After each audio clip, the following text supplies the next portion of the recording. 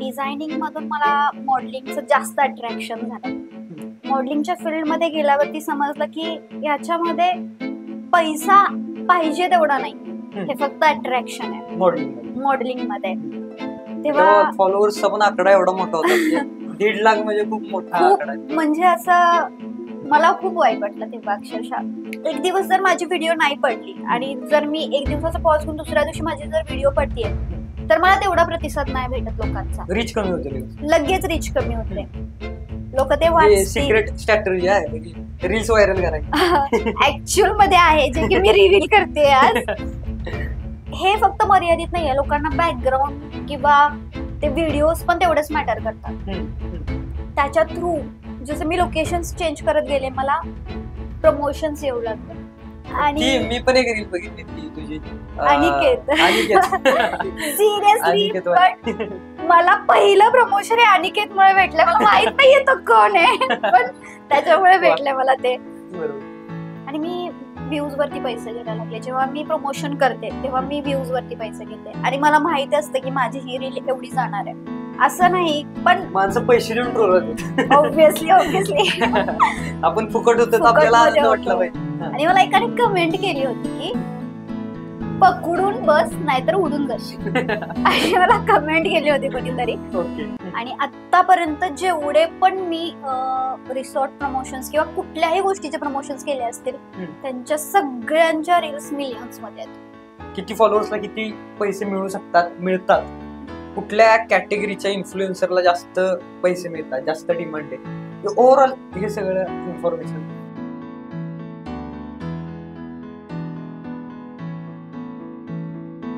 नमस्कार मित्रांनो, स्वागत आहे तुमचं बिझनेसवाला साईराज मध्ये. तर आज आपण एक नवीन पॉडकास्ट इथे रेकॉर्ड करतोय आणि या स्टुडिओमध्ये आज आपली पहिली पॉडकास्ट अरू राऊत यांच्या सोबत आहे, ज्या की सोशल मीडियावर इन्फ्लुएन्सर आहेत. इंस्टाग्रामवर त्यांचे जवळपास 25K प्लस फॉलोअर्स आहेत आणि खूप चांगल्या प्रकारचं कंटेंट आता त्या तयार करतायत. म्हणजे सातारमध्ये जे काही इन्फ्लुएन्सर आहेत त्यांच्यापैकी त्या एक आहेत आणि खूप फेमस आहेत. तर आज पूर्ण आपण जाणून घेणार आहे की एक इन्फ्लुएन्सरचं लाईफ कसं असतं, कुठल्या गोष्टीमुळं माणूस सोशल मीडियामध्ये पडतो, किंवा जे काही एकंदरीत आहे त्यांचे ब्रँड्सचे कोलॅबरेशन्स असतील, आर्थिक गणित असतील, इन्कम सोर्स असतील, किंवा जे काही बिहाइंडच्या ज्या काही गोष्टी आहेत ना, ज्या की सोशल मीडियावर त्यांच्या पेजवर पण तुम्हाला बघायला मिळणार नाहीत, त्या आज आपण या पॉडकास्टमध्ये पूर्ण कव्हर करणार आहे. तर आपण त्यांच्याकडे येऊयात. सर्वप्रथम नमस्कार मॅडम, तुमचं स्वागत आहे. गेले 5-6 वर्ष झाले त्या सोशल मीडियावर काम करतायत आणि टिकटॉकचा जेव्हा काळ होता, लॉकडाऊनच्या आधीचा काळ, तेव्हा जवळपास त्यांचे 1.5 लाखाच्या आसपास फॉलोअर्स होते. त्याच्यानंतर ते इंस्टाग्रामवर आल्या. तर पूर्ण त्यांची जर्नी आपण जाणून घेणार आहे. त्यांनी बऱ्याच क्लोदिंग ब्रँड्स आहेत त्यांच्यासोबत काम केलंय, हॉटेल्स आहेत त्यांच्यासोबत काम केलंय, त्यांनी ज्वेलरी ब्रँड सोबत काम केलंय. असं खूप काम आहे त्यांचं आणि खूप इन्फॉर्मेटिव्ह हा व्हिडिओ होणार आहे. एंटरटेनमेंट पण खूप असणार आहे याच्यामध्ये, तर तुम्ही पुढे बघा. तर त्यांच्याकडे येऊयात आपण. तर सगळ्यात पहिला मॅडम माझा हा प्रश्न राहील की कधी आणि कसं वाटलं तुम्हाला की आपण सोशल मीडियावर इन्फ्लुएन्सर व्हावं किंवा सोशल मीडियावर कॉन्टेंट बनवावं? जेव्हा मी शिक्षण घेत होते त्याच्यानंतर जेव्हा माझ्या शिक्षणामध्ये स्पेस पडला त्याच्यानंतर मला ही कल्पना आली. जेव्हा की मला हॉटेल मॅनेजमेंट कम्प्लीट करायचं होतं, पण काही कारणास्तव ते झालं नाही. त्याच्यामुळे मग मला एक सोशल मीडियाचं अट्रॅक्शन झालं. मग मी फॅशन डिझायनिंग कम्प्लीट केलं. फॅशन डिझायनिंग मध्ये जेव्हा मी गेले तेव्हा एक मॉडेलिंग म्हणून फील्ड असते हे तिथे गेल्यावरती मला समजलं. बरोबर. देन आफ्टर मग मी ठरवलं की आता आपण मॉडेलिंग करूयात, मॉडेलिंगच्या क्षेत्रात वळूयात. मॉडेलिंगच्या क्षेत्रात जाऊन फक्त तिथपुरतं मर्यादित राहणं हे म्हणजे कोणालाच पटत नव्हतं. कारण तुम्ही शिक्षण घेतलंय तर घरच्यांना नेहमीच असं वाटतं की काहीतरी केलं पाहिजे, तुमच्या शिक्षणाला काहीतरी आम्ही कशासाठी म्हणजे हे केलं आहे, तर ते घरच्यांना तेव्हा मान्य नव्हतं. मग तुझं बॅकग्राऊंड पण मूळचं गावाकडचंच आहे? हो. आणि माझं शिक्षण 10वी पर्यंत गावाकडेच झालं. देन आफ्टर मी सिटीमध्ये गेले आणि डिप्लोमा मी सातारमध्ये डिझायनिंगचा केला तेव्हा फर्स्ट टाइम. आणि डिझायनिंग मधून मला मॉडेलिंगचं जास्त अट्रॅक्शन झालं. मॉडेलिंगच्या फील्डमध्ये गेल्यावरती समजलं की याच्यामध्ये पैसा पाहिजे तेवढा नाहीये, हे फक्त अट्रॅक्शन आहे मॉडेलिंग मध्ये. मग स्वतःचं काहीतरी असलं पाहिजे हे तेव्हा समजलं की स्वतःचं काहीतरी पाहिजे. मॉडेलिंग मध्ये रॅम्प वॉक, कॅटवॉक असे बरेच प्रकार असतात, स्टेज असतं, हे तेव्हा काहीच नॉलेज नव्हतं. काहीच नॉलेज नसल्यामुळे पुढे कसं जायचं, आम्ही तिथे स्टक झालो. तेव्हा मी टिकटॉक वरती व्हिडिओज बनवायचे लॉकडाऊनच्या आधी. तो माझ्याकडे एक सोशल मीडियाचा प्लॅटफॉर्म होता आणि तो बंद झाला अचानकपणे आणि पूर्ण कोसळल्यासारखं झालं की आता संपलं. तेव्हा फॉलोअर्सचा पण आकडा एवढा मोठा होता, 1.5 लाख म्हणजे खूप मोठा आकडा. म्हणजे असं मला खूप वाईट वाटलं तेव्हा. अक्षरशः इन्स्टा होतं पण तेव्हा त्याला रील्सचा ऑप्शन नव्हता, फक्त पोस्ट होता. मग फोटो पुरतं मर्यादित राहून चालत नव्हतं, कारण फोटो. तेव्हा तुझं इंस्टाग्रामला अकाउंट नव्हतं का? होतं ना, पण इन्स्टा तेव्हा एवढा फेमस नव्हतं. बरोबर. तेव्हा फेसबुक आणि टिकटॉक जास्त चालायचं, कारण लोक व्हिडिओजला जास्त स्क्रोल करतात, फोटोज साठी एवढे कोण एक्सायटेड नसतं आणि होल्ड राहतो. मग म्हणजे आपल्या व्हिडिओजला तसं पोस्टला होल्ड नाही राहत आपल्या, त्यामुळे ते एक व्हिडिओचं अट्रॅक्शन होतं. तेव्हा रील्स म्हणून ऑप्शन नव्हता. सो मग काही काळानंतर रील्सचं ऑप्शन आला त्याच्यावरती. मग मी असा विचार केला की आपण टिकटॉकचे व्हिडिओज जे आहेत ते आपण रील्स वरती टाकूयात. पहिल्यांदा मला असं काही खास प्रतिसाद आला नाही आणि 2-3 वर्षानंतर माझे 10K कम्प्लीट झाले. 3 वर्ष मला लागले आणि लॉकडाऊनचा पण पिरियड होता, त्यामुळे बाहेर व्हिडिओज करायला जाऊ शकत नव्हतं आपण. घरातून एंटरटेनमेंट जेवढं करता येऊ शकतं तेवढं करायचा प्रयत्न करत होतो. पण त्या काळात असं झालं की सगळ्यांनीच ते चालू केलं. सो सगळ्यांनी चालू केल्यामुळे तिथे एक थोडासा टिकटॉक सारखंच तिकडे पण अचानक कॉम्पिटिशन वाढली आणि कॉम्पिटिशन म्हणजे अशी वाढली की तिथे आपल्याला ऑप्शनच राहत नव्हता, कारण तेव्हा मराठी माणूस फार थोडासा कुठेतरी दिसत होता तिथे. हा सगळ्यात मेन पॉइंट होता की तेव्हा घरातली आपल्या जी म्हणजे आपल्या घरचं जे बॅकग्राऊंड होतं ते आपल्याला तेव्हा सपोर्टेड नव्हतं त्या गोष्टींसाठी, किंवा बाकीच्या पण सेम ऍज इट इज तसंच होतं की घरात व्हिडिओज वगैरे बनवणं किंवा काय भेटणार आहे तुम्हाला याच्यातून असं होतं. तेव्हा काय इन्कम वगैरे नव्हता इन्स्टाचा, त्यामुळे ह्याच्यातून तुम्हाला काय भेटणार आहे लोकांना एंटरटेन करून, हा एक प्रश्न होता. कालांतराने ते वाढत गेलं. मग त्याच्यावरती मार्केटिंग करू शकतो आपण, त्याच्या थ्रू आपल्याला प्लॅटफॉर्म भेटू शकतं, हे खूप नंतर समजायला लागलं. जसं समजायला लागलं आणि त्याच्यामध्ये मग माझा थोडासा पॉज पडला इन्स्टाला. जेव्हा मी बाहेर होते त्या काळात माझा पॉज पडला. आणि एक इन्स्टाचं असं आहे की जर तुम्ही डेली पोस्ट करताय तरच तुम्ही म्हणजे लोकांमध्ये राहू शकता. जर तुम्ही दिसताय तरच तुम्ही लोकांपर्यंत पोहोचणार, रादर तुम्ही नाही जाऊ शकत आहे. तुम्ही जर आता मी डेली पोस्ट करते, एक दिवस जर माझी व्हिडिओ नाही पडली आणि जर मी एक दिवसाचा पॉज घेऊन दुसऱ्या दिवशी माझी जर व्हिडिओ पडतीये तर मला तेवढा प्रतिसाद नाही भेटत लोकांचा, रीच कमी होते, लगेच रीच कमी होते. आणि मग त्याचा प्रॉब्लेम असा होतो की लोक आपल्याला अनफॉलो करतात लगेच, की बहुतेक हे ऍक्टिव्ह नाहीये त्यामुळे अनफॉलो. आणि तसं माझ्या अकाउंट वरती त्याचा परिणाम पडला आणि माझे 10K वरून परत 7K वरती मी आले. आणि ते परत 3K करण्यासाठी मला कमीत कमी 7 ते 8 महिने लागले, कारण तेव्हा कॉम्पिटिशन इतकी प्रचंड होती ना की फॉलोअर्स वाढवणं शक्यच नव्हतं. मग मी कंटेंट चेंज करायचं ठरवलं. म्हटलं की आपण सगळे करतात ते करायला नको, आपण काहीतरी वेगळं करूया. आणि मग इन्स्टाला पोस्टला होल्ड राहत नाही, व्हिडिओजला होल्ड ठेवायचा तर पूर्ण ऍक्टिंग करून तर जमणार नाही. लोक 1 मिनिट होल्ड ठेवत नाहीत, लोकांना तेच होतं. आणि एखादं सॉन्ग फेमस झालं इन्स्टाला की तुम्हाला तेच दिसतं, लोक बोर होऊन जातात की यार काय काय तेच चाललं. मग मला असं सुचलं की आपण त्याच्यावरती कॅप्शन टाकूयात, लोक ते वाचतील. सिक्रेट स्ट्रॅटेजी आहे, रील्स व्हायरल करायची. ऍक्च्युअल मध्ये आहे जे की मी रिव्हील करते आज. पण त्याचा परिणाम असा आहे की कोणाच्याही अकाउंटला नाही जात, ज्याच्या जायचंय त्याच्यात जाते ते. हा पण हे आहे की आता लोकांना समजलंय, हा की आता लोकांना समजलं की हिच्या रील्स अशाच असतात, त्यामुळे लोक फॉलो कशासाठी करतात की आपल्याला हेच बघायला भेटणार आहे आपल्याला आता, त्यामुळे. सो मग मी ते कॅप्शन टाकायला स्टार्ट केलं. मग त्याच्यातून असं झालं की लोकांना ते खूप आवडायला लागलं. आणि माझ्या अकाउंटचे फॉलोअर्स जेवढे होते त्या मनाने मला कधीच अशी त्याची हे भेटले नाहीत की रीच भेटली नाही त्यांची, मला किंवा व्ह्यूअरशिप त्यांची तेवढी भेटली नाही. जेव्हा मी कॅप्शन्स टाकायला लागले तेव्हा माझे व्हिडिओज मिलियन्स मध्ये जायला लागले. जे की पहिल्यांदाच होत होतं माझ्यासोबत. हम्म. आणि तेव्हा काही इन्स्टाचं इन्कम वगैरे नव्हतं तरी सुद्धा. तर मग लोक यातून पैसा कसं कमवतात की तुम्हाला इन्स्टा पैसे देतं वगैरे, असं काही नसतं. युट्यूब मधून तुम्हाला पैसे भेटतात, इन्स्टा मधून तुम्हाला असा काही बेनिफिट इन्कम नसतो. मग ते इंस्टाग्रामचं मॉनिटायझेशनचं फीचर आहे त्याचं काय? नाही, त्याचा आणि ह्याचा काही संबंध नसतो. जेव्हा तुम्ही ब्रँड सोबत काम करता ना, तेव्हा ते तुम्हाला हे करतात, तेव्हाच इन्कम येतं तुम्हाला. मग त्याच्यानंतर जेव्हा मी ते स्टार्ट केलं, त्याच्यानंतर मला समजलं की आता हे लोकांना खूप आवडतंय, आपण हे कंटिन्यू केलं पाहिजे. मी ते कंटिन्यू केलं, पण मला समजलं की हे फक्त मर्यादित नाहीये. लोकांना बॅकग्राऊंड किंवा ते व्हिडिओज पण तेवढेच मॅटर करतात. त्याच्या थ्रू जसं मी लोकेशन्स चेंज करत गेले, मला प्रमोशन्स येऊ लागले की रिसॉर्ट प्रमोशन्स म्हणा, हॉटेल प्रमोशन्स, क्लोथ्सचे प्रमोशन्स आले. आणि त्यात माझं मॉडेलिंग पण चालूच होतं, त्यामुळे मला ती एक वेगळी फेम होती. आणि रील्सची एक मला वेगळी फेम भेटली. मग एक बॅकग्राऊंडच्या ह्याच्यामधून मला रिसॉर्टचे प्रमोशन्स येऊ लागले. आणि आता पण चालू आहेत.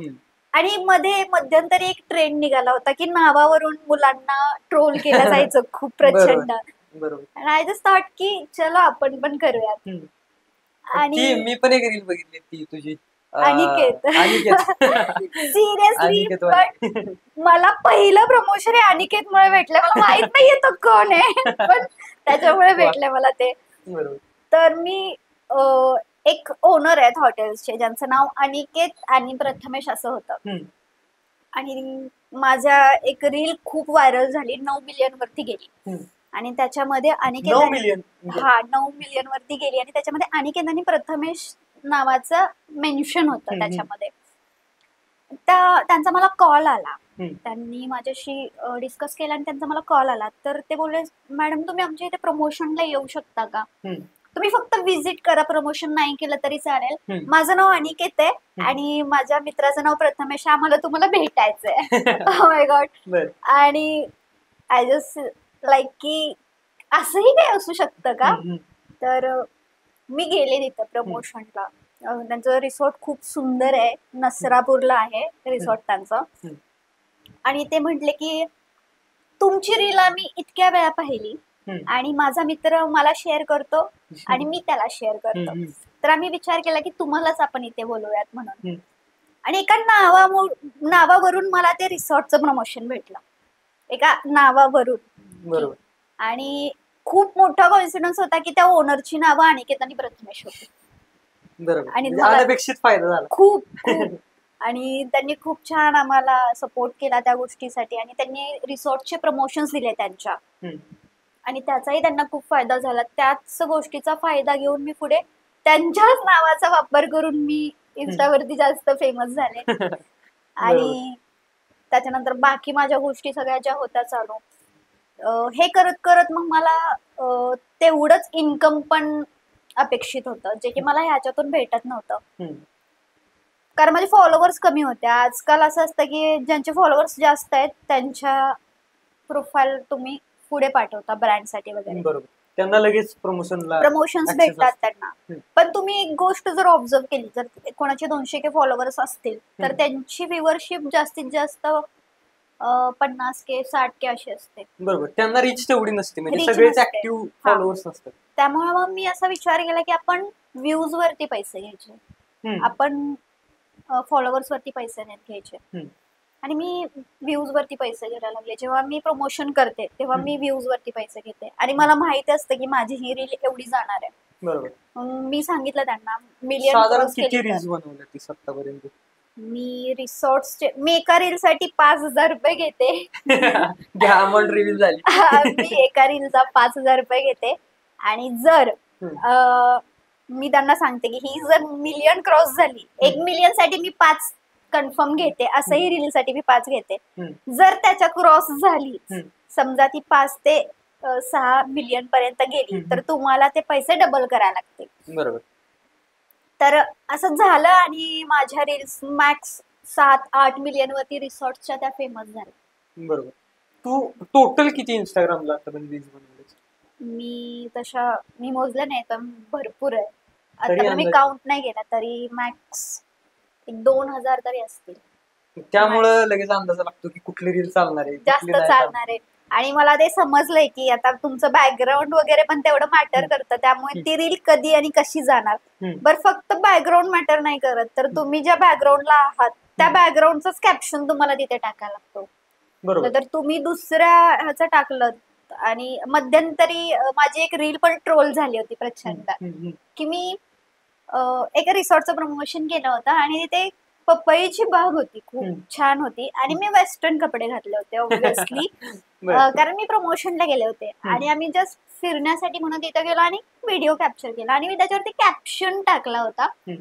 आणि ते शेतकरी ह्याचा होता आणि तो ऊसाच्या ह्याच्यावरून होता, पण मी होते पपईच्या बागमध्ये. सो ते प्रचंड ट्रोल झालं होतं. आणि ती ट्रोल वाली रील 9 मिलियनला आहे आता माझी. Negative marketing is positive marketing. हे पण लक्षात घेतलं पाहिजे की जेव्हा तुम्ही ट्रोल होता ना तेव्हाच तुम्ही फेमस होता, तोपर्यंत नाही होत. आणि निगेटिव्ह ऍक्च्युअल मध्ये कसं असतं माहितीये का, जेव्हा तुम्ही त्यांना हे करून सांगता की बाबा ठीक आहे तुम्ही निगेटिव्ह कितीही बोललात तरी त्याचा आम्हाला काय फायदा होत, म्हणजे आमच्यावरती काय इफेक्ट नाही होता त्याचा, हे तुम्ही त्यांना दाखवून दिलं पाहिजे. जर तुम्ही प्रत्युत्तर करत बसला प्रत्येकाला तर मग तुमचा काहीच फायदा नाही. मग तुम्ही स्वतः निगेटिव्ह होता. म्हणजे माझ्या रीलला जेवढ्या निगेटिव्ह कमेंट्स येतात ना त्याला मी एकालाही प्रत्युत्तर नाही करत. बरोबर. एकालाही प्रत्युत्तर. हे सगळ्यात मोठं ऍक्च्युली काय म्हणतो आपण गुपित आहे. जर तुम्हाला सोशल मीडियावरती टिकायचंय तर तुम्हाला ट्रोल पण झालंच पाहिजे, असं नाही. पण माणसं पैसे देऊन ट्रोल होतात ऑब्व्हियसली आपण फुकट होतो आपल्याला आनंद वाटला पाहिजे. आणि ट्रोल झालात तर तुम्ही 100% फेमस होणार. आणि त्यासाठी असं काही करायची गरज नाहीये की मला ट्रोल व्हायचे म्हणजे मी काहीतरी अशी गोष्ट केली पाहिजे. नॉर्मली जरी तुम्ही व्हिडिओ केलात तरी लोक तुम्हाला ट्रोल करतात, 100% करतात. काहीतरी चूक काढतात. तुम्ही कितीही परफेक्ट असाल ना तरी लोक तुमची चूक काढतातच, 100% काढतात. कधी सापडली तर मग काय सोने पे सुहागा. मला मोस्टली कमेंट माझ्या तब्येतीवरून आले, मोस्टली खूप जास्त. आठवणीत राहिलेली कमेंट एखादी चांगली पण आणि वाईट पण. मी बीच वरती होते आणि बीच वरती एक व्हिडिओ केला होता मी, आणि खूप सारी हवा पण सुटली होती. आणि मी आता थोडीशी गेन झाली ऍक्च्युली, मी तेव्हा एवढी नव्हते.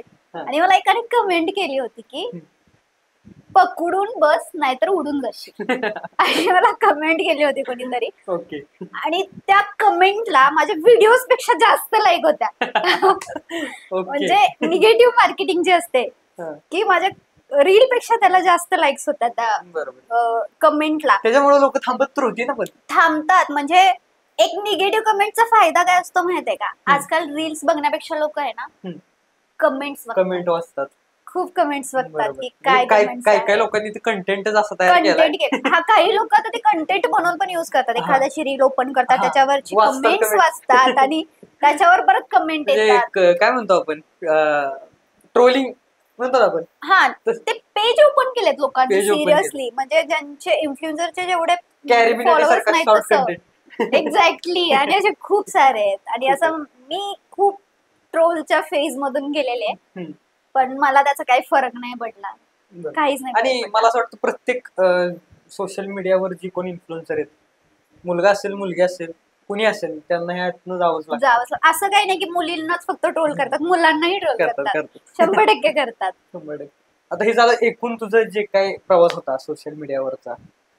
पण तुझं डेली आता तू जो व्हिडिओ टाकतेस, एक व्हिडिओ डेली टाकायचा, एक पोस्ट करायची, सगळं हँडल करायचं. तुझा बिझनेस पण आहे, बिझनेस पण तू मल्टिपल करतेस, ते पण पुढं बोलू आपण त्याच्यावर.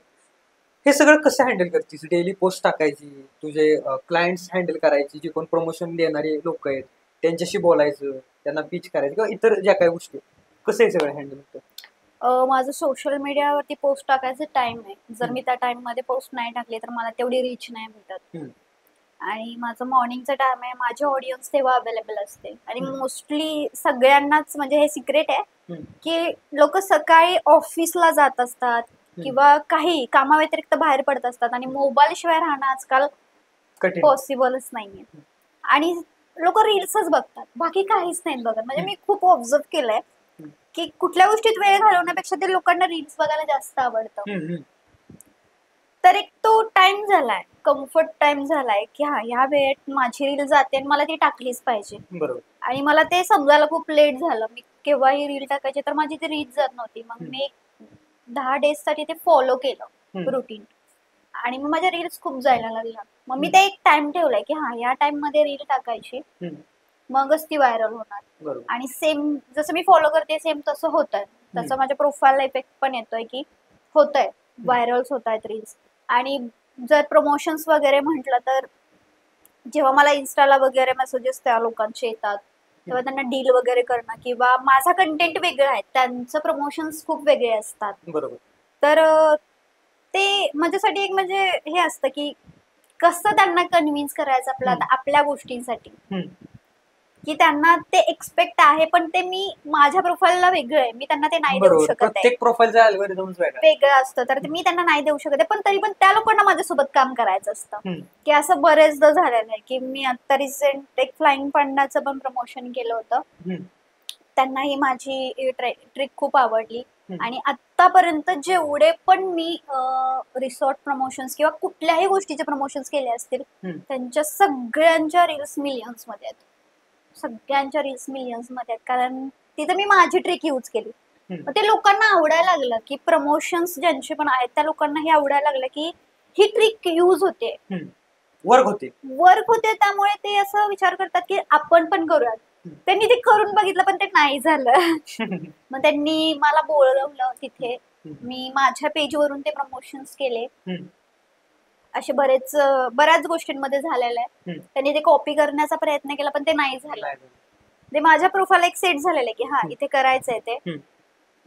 अशा प्रकारे मी बरेचसेच प्रमोशन्स केले. रिसॉर्ट प्रमोशन्स केले, हॉटेल प्रमोशन्स केले, क्लोथ्सचे केलेत, ज्वेलरीचे केलेत. बरेच माझे स्वतःचं ज्वेलरीचं, क्लोथ्सचं म्हणजे मी घरूनच करते सध्या. माझं शॉप नाहीये पण मला प्रतिसाद खूप छान. खूप आहे.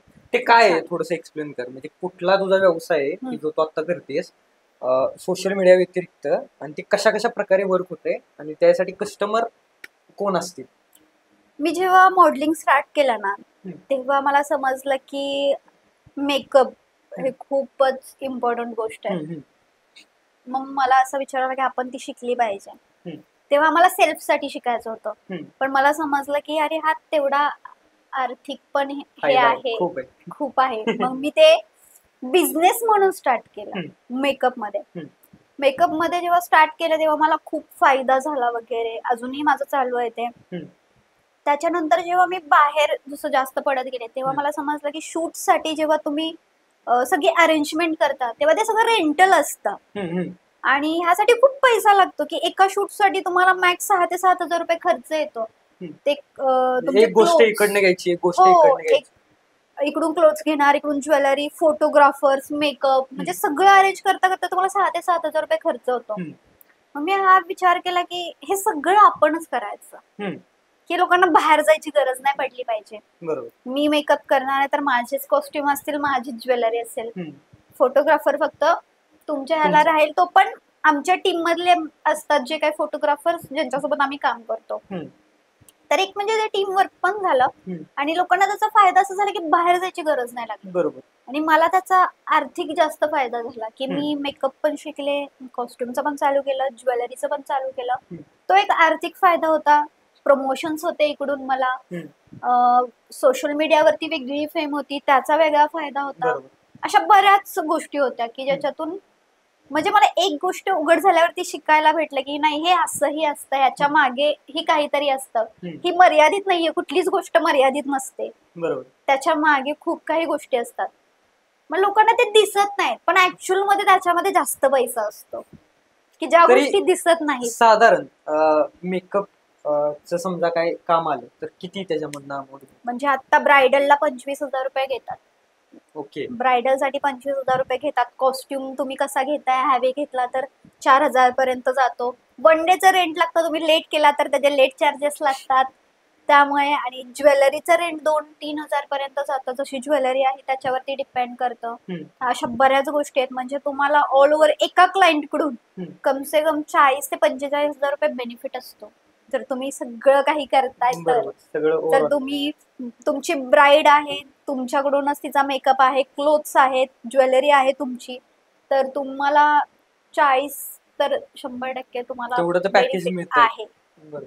तेवढं होऊन जातं. हा पण व्यवसाय पॅरलल लेवलला चाललाय. चाललाय आणि आता तर खूप आता ह्या गोष्टीत खूप कॉम्पिटिशन वाढली आहे ऍक्च्युली, खूप वाढली आहे. आणि मेकअप मध्ये तर प्रचंड कॉम्पिटिशन वाढली आहे. पण त्याचा फायदा पण भरपूर आहे. फायदाही आहे आणि गरज झाली आता ती काळाची एक काळाची गरज झाली की नाही मला लग्नाला जसा तो बडजी लागतो तसा मेकअप पाहिजेच. काही नसेल तरी चालेल, मेकअप पाहिजे. बरोबर. ते मेंडेटरी आहे आता. पुढं इन फ्युचर मध्ये सोशल मीडिया मधनं काय साध्य करायचं तुला, कुठपर्यंत पोहोचायचं, काय माइलस्टोन्स आहेत? मी ऍक्च्युली असं ठरवून तरी काही चालू केलं नव्हतं, पण आता मला वाटतंय की काहीतरी केलं पाहिजे. सो बरेचसेच इन्फ्लुएन्सर आहेत, त्यांच्याकडे बघून असं वाटतं की आपणही त्या लेवल पर्यंत गेलं पाहिजे. तर मग मलाही असं वाटतं की एक ब्रँड अँबॅसेडर व्हायचंय मला. प्रत्येक ब्रँडच्या ज्या ब्रँड अँबॅसेडर्स असतात तशा माझ्याकडे आता बरेचसेच ब्रँड आहेत. पण एक असतं ना की चंदू काका म्हणा किंवा काय अशा आरू होर्डिंगला दिसली पाहिजे सगळ्या. हा, आताही मी होर्डिंगला आहे, पण मला ब्रँड सोबत जास्त काम करायचं आहे. सो आता चालू आहेत आपले, पण माझं मोटिव्ह तेच आहे की मला ब्रँड सोबत काम करायचंय, मोठमोठ्या ब्रँड सोबत काम करायचं. त्यामुळे मी सोशल मीडिया जास्त करून माझी डेव्हलप करण्याचा प्रयत्न करते. बरोबर, 100%. तुला सोशल मीडिया म्हणजे आता तू एवढं वर्ष झालं काम करतेस, तुला खूप जास्त एक्सपिरियन्स आहे ब्रँड सोबत काम करायचा, सोशल मीडियाचा, ओव्हरऑल सगळाच. तर काय वाटतं की जे कोण नवीन इन्फ्लुएन्सर्स आहेत किंवा ज्यांना इन्फ्लुएन्सर व्हायचंय, तर त्यांनी काय गोष्टीची काळजी घेतली पाहिजे ब्रँड सोबत काम करताना, किंवा तुझ्या एक्सपिरियन्स मधनं ओव्हरऑल ब्रँड्स आणि ते सगळी गणित, आर्थिक गणित, किती फॉलोअर्सला किती पैसे मिळतात, कुठल्या कॅटेगरीच्या इन्फ्लुएन्सरला जास्त पैसे मिळतात, जास्त डिमांड आहे, ओव्हरऑल हे सगळं इन्फॉर्मेशन थोडीशी. ब्रँड सोबत जर काम करत असाल तुम्ही तर तुमचं प्रोफेशनलिझम खूप महत्वाचं आहे. खूप महत्वाचं आहे तिथे, कारण तुम्ही ब्रँड सोबत काम करताय तर तुम्हाला ते तसं दाखवलं पाहिजे. आणि आत्ताचे इन्फ्लुएन्सर जे आहेत त्यांचा प्रॉब्लेम हा आहे की ब्रँड वगैरे काम करणं त्यांना म्हणजे असं हे वाटत नाही की ब्रँड सोबत काम करणं वगैरे, कारण ते स्वतःला जास्त हे समजतात की नाही आम्ही नाही करू शकत. असं बरेचदा झालेलं आहे की मी ज्यांच्यासोबत काम केलेलं त्यांच्यासोबत ऑलरेडी खूप मोठ्या इन्फ्लुएन्सरनी काम केलेलं आहे, पण त्यांना तेवढा इनपुट भेटलेला नाहीये. तर सगळ्यात मेन प्रॉब्लेम हा आहे की तुम्हाला असं वाटतं की ह्याचे 500 फॉलोअर्स आहेत आणि हा ब्रँड सोबत काम करतोय, तर तेवढा त्यांना इनपुट कधीच भेटत नाही. बरोबर. आर्थिक जर तुम्ही म्हणाल ना, follower is just just number. आणि आर्थिक म्हणायचं गेलं तर आहे ना, तुम्ही जेवढा छोट्या इन्फ्लुएन्सर सोबत काम करता की, आणि एक गोष्ट म्हणजे नेहमी लक्षात ठेवायची की तुम्ही जर इथे काम करता तर तुम्ही इथले इन्फ्लुएन्सर हायर करा, कारण त्यांचा क्राऊड हा इथला असतो. बरोबर. आपण काय करतो की बाहेरचे इन्फ्लुएन्सर घेऊन येतो, मग आपल्या ब्रँडचं प्रमोशन करतो, मग त्यांच्या पेजला ते जातात वगैरे, त्याचाही क्वचितच फायदा होतो, पण 90% फायदा हा आपल्याच क्राऊडचा आपल्याला होत असतो. बरोबर. आपल्याच क्राऊडचा होत असतो आपल्याला, हे आपण विसरतो आणि आपण बाहेरच्या लोकांना चान्स वगैरे देतो. ठीक आहे, म्हणजे ते त्यांची मेंटॅलिटी शेवटी, आपली नाहीये. पण जेव्हा तुम्ही ब्रँड सोबत वगैरे काम करता तर तुमचा प्रोफेशनलिझम खूप महत्वाचा असतो. बरोबर. त्यांच्यासोबत डील करणं हे खूप महत्वाचं असतं की तुम्ही तुमचं राहणीमान, तुम्ही तुमची भाषा, तुमचं बोलणं, तुम्ही जर आता ज्वेलरी सोबत, मी आता ज्वेलरी ब्रँड सोबत जर काम करतेय तर तुम्ही तेवढं फिट असतं, मेंटेन असतं, पण तेवढंच गरजेचं की तुम्ही कसंही काही तुम्ही त्या फील्ड मध्ये नाही करू शकत आहे, कारण तुमची जरी फील्ड वेगळी असली तरी हे प्रमोशन जे आहे ते वेगळ्या ह्याचं आहे की वेगळ्या फील्डचं आहे, तर तुम्हाला त्या फॉर्मॅट प्रमाणे राहावं लागतं. तुम्हाला तिथे थोडक्यात म्हणायचं तर कॉम्प्रोमाइज करायला लागतं, आणि हे प्रत्येकालाच करावं लागतं. आणि जोपर्यंत तुम्ही कॉम्प्रोमाइज करत नाही तोपर्यंत तुम्ही वर जात नाही जात. आणि लोक इथेच कमी पडतात की मी नाही करू शकत आहे, ते माझ्या प्रोफाईलला नाही जात येते. तर असं काही नाही, माझ्या प्रोफाईलला ही रिसॉर्ट प्रमोशन्स वगैरे मी कधी विचार केला नव्हता, पण तरी सुद्धा माझ्या अनपेक्षित मिळालं ऍक्च्युली. हा, आणि अनपेक्षित गोष्टीच आपल्याला वर घेऊन जातात. 100%. हे वाक्य खूप महत्वाचं. मग लोकांना एक हे असतं, म्हणजे तुझं म्हणणं अगदी बरोबर आहे की नंबर, फॉलोअर म्हणजे फक्त नंबरच आहे तसं बघायला गेलं तर. म्हणजे 500K वाल्याच्या व्ह्यूज म्हणजे रील्सला जर 10, 15, 20 हजार व्ह्यूज जात असल्या तर त्या नंबरला काय अर्थच नाही तसं बघायला गेलं तर. पण तरी देखील किती डिमांड करू शकतो 1,00,000 फॉलोअर्सवर, 50,000 फॉलोअर्सवर, 2,00,000 फॉलोअर्सवर, एक ॲव्हरेज? मोस्टली रील्स वरती घेतात. 15 सेकंदाची रील असेल तर 10,000 रुपये वगैरे घेतात. मला किती माहिती असं फॉलोअर्सला? जर 100K वगैरे असतील 100K तर. वगैरे. म्हणजे मी विचारलेले आहेत, त्यांनी मला तेवढी अमाऊंट सांगितलेली.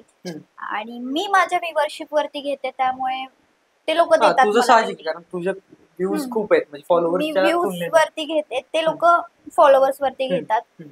आणि मी एका रिसॉर्टचं प्रमोशन केलं होतं. त्यांचं असं झालं होतं की त्यांनी खूप मोठी इन्फ्लुएन्सर हायर केली होती.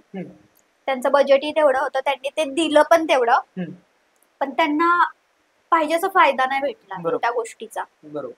त्याच्यानंतर त्यांनी मला कॉन्टॅक्ट केला आणि असं असं सांगितलं की असं असं आहे, आम्ही आतापर्यंत एवढे एवढे पैसे घालवले. ते लॉसमध्ये होते, टोटली ऍक्च्युअली मध्ये लॉसमध्ये होते. आणि एवढे एवढे आमचे गेलेले आहेत, तर आम्हाला सुरुवात करायची, आमचं नवीनच आहे वगैरे. आणि मी ते त्यांना सांगितलं माझा फॉर्मॅट असा असा आहे. तर ते बोलले हो, तुमच्या फॉर्मॅट नुसार जाऊ द्यात, कारण तुमच्या रील्स जात आहेत, मी पाहिलं वगैरे. आणि त्या इन्फ्लुएन्सरचे फॉलोअर्स समथिंग 800K होते. मी तर नाव नाही रिव्हील करू शकत आहे. 800K फॉलोअर्स होते त्यांचे. आणि माझे जस्ट 20K होते तेव्हा जस्ट 20K होते. आणि माझ्या रील्स ह्या मिलियन्स मध्ये होत्या आणि त्यांच्या रील्स ह्या 10K 20K अशामध्ये होत्या. मी आता उदाहरण दिलं ते जवळपास तेच झालं. आणि त्यांना ते पटलं की तेव्हा ते लोकांना असं समजायला लागलं की followers is just a number. आणि आता हे बऱ्यापैकी सगळ्यांना माहिती झालंय. लोक व्ह्यूज बघतात, फॉलोअर्स नाहीत बघत. खरं. आता ऍक्च्युली खूप जास्त टेक्निकल इन्फॉर्मेशन पण तू दिलीस, आणि त्याच्यामध्ये ज्यांना जे कोण आहेत ऑलरेडी इन्फ्लुएन्सर्स किंवा ज्यांचे फॉलोअर्स आता कमी आहेत, नवीनच सुरुवात केली आहे किंवा करायचंय, तर खूप जास्त फायदा होईल त्यांना ओव्हरऑल ह्या चर्चेत ना. नक्कीच. तर आता सोशल मीडियाचा बाहेरचा क्वेश्चन विचारतो की सोशल मीडिया व्यतिरिक्त तुला कुठला असा छंद आहे किंवा कुठली आवड आहे की जे आता तू करतेस? मला कुकिंग करायला खूप आवडतं. बिकॉज ऑफ माझं मॅनेजमेंट झाल्यामुळे. आम्हाला स्विमिंग पण. हो. ओके. जेव्हा मी म्हणजे हॉटेल मॅनेजमेंट मला कम्प्लीट करायचं होतं आणि ते नाही झालं, म्हणून मी ह्या फील्डमध्ये आले. सो मला तो माझा एक छंद आहे. मला स्विमिंग करायलाही प्रचंड आवडतं आणि मला ट्रॅव्हलिंग करायला खूप जास्त आवडतं. आणि मी आता ते व्लॉग वगैरे पण स्टार्ट केलेत, ऑलमोस्ट मिनी व्लॉग्स वगैरे, कारण ट्रॅव्हलिंग करायला प्रचंड आवडतं मला. सो तो माझा एक छंद आहे. तर खूप छान माहिती दिली तुम्ही ऍक्च्युली, आणि खरंच फायदा होईल जे कोण लोक नवीन या फील्डमध्ये येणार आहेत, यायचंय, किंवा जे काय डाऊट्स आहेत, बऱ्यापैकी डाऊट्स क्लिअर झाले असतील. तरी अजून तुम्हाला कुठला डाऊट असेल सोशल मीडिया इन्फ्लुएन्सर होण्याच्या बाबतीत किंवा इतर काही गोष्टींच्या बाबतीत, तर तुम्ही कमेंटमध्ये नक्की सांगा. कसा वाटला तुम्हाला हा व्हिडिओ आम्हाला कळवा. हा व्हिडिओ शेअर करा आणि आपलं चॅनल सबस्क्राईब करायला विसरू नका. धन्यवाद.